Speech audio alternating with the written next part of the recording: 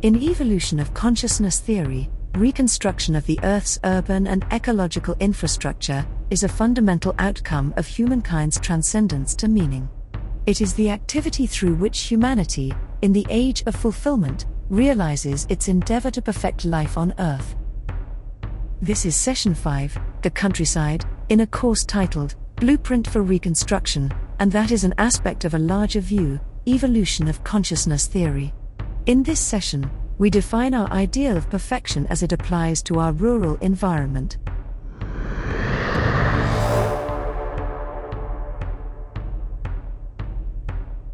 Any plan we devise must include traditional ecological systems, but this means more than cordoning off a stretch of woods and hugging a tree.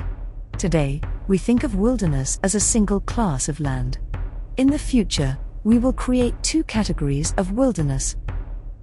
In the first will be portions of those large tracts of wild land found in Alaska, Siberia, northern Canada, and other remote regions of the world.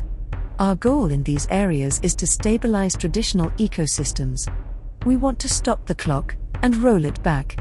We want ecosystems as they were 100, 200, 300 years ago. Our aim is to stall or reverse evolution's trailing arrow. Access to the world's most remote wilderness areas, however, is difficult. In part, this is because these areas are hard to get to. In part, it is because, on entering them, we must take into account their wild nature. If we were to set out into a wilderness as it was in the 1800s, we would have to do so as we did in the 1800s. Take the Canadian Yukon and Northwest Territories. In these areas, we find polar bears in the north and brown bears in the south. Only the most daring or ignorant stray from tourist lodges and trails unarmed, and without at least some knowledge of predator behavior. Given the outdoor skill of the average wilderness lover, we also need a second category of wilderness land, areas that are tame, wild places where grizzlies and other animals are not a threat, where trails are mapped, marked, patrolled, and maintained. This description fits many wilderness regions in Europe and the contiguous United States. Areas are within reach of a road, and a hiker with a minimum of skill and equipment can make peace with the earth without risk to life and limb.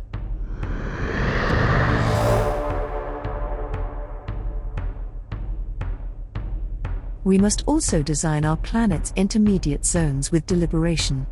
We must provide for stable ecological systems and for recreation and resource development. To illustrate an intermediate zone design, let us expand our fire control example from the previous session. Intermediate zones in the western United States are often forested and dotted with homes, towns, resorts, and logging facilities. Because of human activity in the intermediate zone, foresters must introduce fire in a way we can live with, through a prescribed burn. In a prescribed burn, brush is cut, fire lines are built, the forest is ignited, and the burn is controlled. To cut brush, prescribe burn, or manage intermediate zone land in any way, we must have access. We must have roads. Roads scratched into a hillside to harvest timber, or to fight a fire, can be damaging. Established and maintained roads are another matter.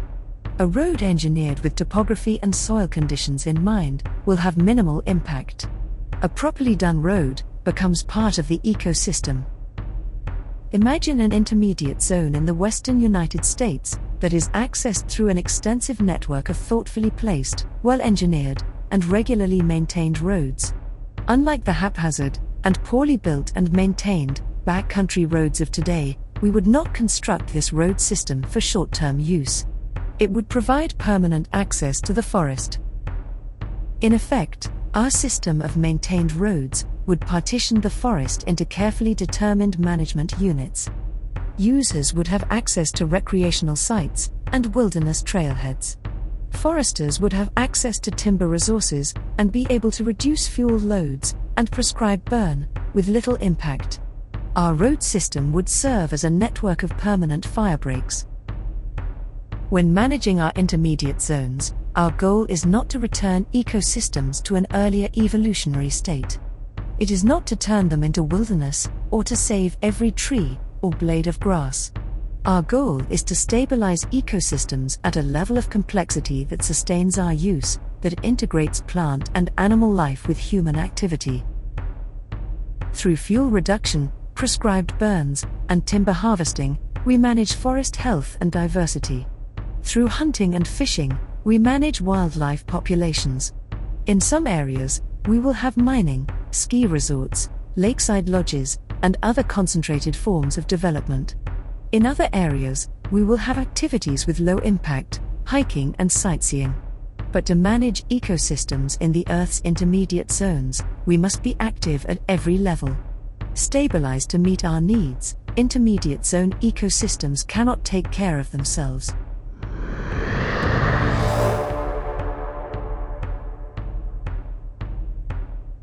Management is even more critical on agricultural lands. To maximize output, and to meet the creative needs of the farmer, we must break farmland into chunks that a farmer, a farming family, or a farming social unit can take care of. The growing of wheat or alfalfa will take place on large tracts of land. The management of these crops is heavily mechanized, and a farmer can work big areas. Grapes and tomatoes require more attention, and will be grown on smaller, more intimately managed plots. One farmer, or one farming family, however, may not be able to grow certain crops at a practical scale. In the economics of fulfillment world of tomorrow, social units of farmers, most reasonably in the form of a business or company, will emerge as needed to provide the organizational framework to coordinate farming activities and to interact with the land in the most fulfilling way. As in the overall management of the Earth's urban and ecological infrastructure, the growing autonomy and consciousness of the farmer will allow for the social structures necessary for the farmer to fulfill his or her creative needs. Future agricultural practices will reflect a growing understanding of artificial ecosystems and a better integration of artificial ecosystems into traditional ecosystems. By establishing the conditions where the farmer meets his or her creative needs through an intimate relationship with the land, we establish the conditions where the outcome of his or her creativity can unfold. Agricultural land will be well cared for, and we will realize its potential for production.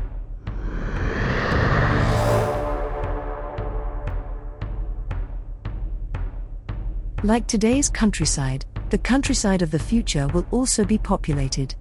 Farmers may live on their land. Others may simply prefer a rural lifestyle. The Earth's future countryside will be dotted with homes and overlaid by a transportation system. It will also nurture the rural community. Whether a home, lodge, or other small structure, our design must be compatible with its environment. It must be aesthetically pleasing. It must also be integrated into its environment in a practical way. We must engineer our structure to withstand the rigors imposed by the ecosystem in which it is built. Structures must be able to withstand floods, tornadoes, wildfires, hurricanes, earthquakes, and any other hazard the rural landscape could throw their way. Given this and other natural hazards, the building material of choice will not be wood, unreinforced masonry, or any other traditional home construction material. It will be reinforced concrete. Modern concrete is made by mixing sand and gravel with Portland cement, a mixture of heated and pulverized clay and limestone. Today, reinforced concrete is a standard building material for large structures. In the future, it will be a standard building material for small structures. As it is today, reinforced concrete will also be the standard material from which we build streets and highways. In the context of the city, we spoke critically about the automobile. In the context of the countryside, how else can we travel our network of intermediate zone roads and bring in the manpower and equipment to prescribe burn a forest? In what way other than by car can we get to a wilderness trailhead? The subway? The automobile is the heart of a dispersed transportation system, and this type of transportation system works well in an area with a small, widely distributed population. In the countryside, the car and truck are here to stay. We, however, will engineer the roads we drive on more rigorously than we do today. Contemporary highway design is driven by budgets and construction costs, and by political and environmental concerns. In the future, transportation itself will be the planner's design objective. In every respect, we will design the highway system of tomorrow with the needs of the rural resident in our mind: safe, coherent, reliable, the best we can build. The highway system of the future will also link farms and homes to the rural community. In many ways, the rural communities of tomorrow will be like the best countryside towns and villages of today. Communities will have parks, plazas, streets, and buildings. We will integrate commercial spaces with stores, homes, schools, and restaurants. We will access rural communities by car, but, in the community, primary transportation will be on foot. For this reason, the rural community will be small by today's standards. By virtue of their unity and integrated design, the rural community of tomorrow promises the best of small-town life in the countryside.